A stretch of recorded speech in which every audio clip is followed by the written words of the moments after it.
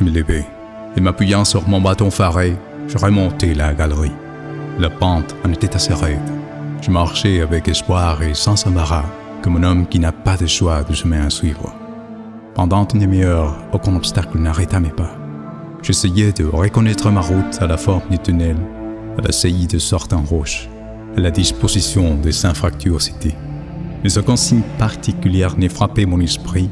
Je reconnus bientôt que cette galerie ne pouvait me ramener à la bifurcation. Elle était sans issue. Je me heurtais contre un mur impénétrable et je tombais sur la route. De quelle épouvante, de quel désespoir je fus saisi alors, je ne saurais le dire. Je demeurais anéanti. Ma dernière espérance venait de se briser contre cette muraille de granit. Perdu dans ce labyrinthe dont les sinuosités se croisaient en tous sens, je n'avais plus à tenter une fuite impossible.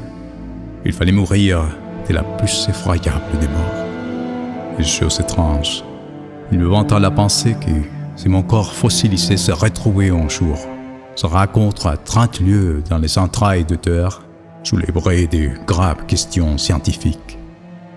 Je voulus parler à voix haute, mais de rauques accents passèrent seuls entre ma lèvre desséchée.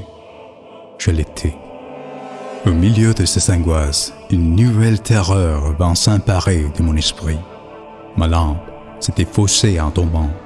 Je n'avais aucun moyen de la réparer. Sa lumière pâlissait et allait me manquer. Je regardais les courants lumineux s'amoindrir dans les serpentins de l'appareil. Une procession d'ombres mouvantes se déroula sur les parois assombries.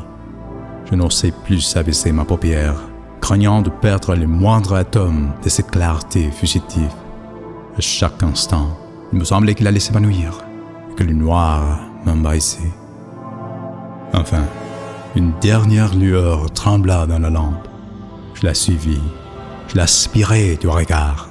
Je concentrai sur elle toute la puissance de mes yeux, comme sur la dernière sensation de lumière que leur fut donné d'éprouver. Je demeurai plongé dans les ténèbres immenses.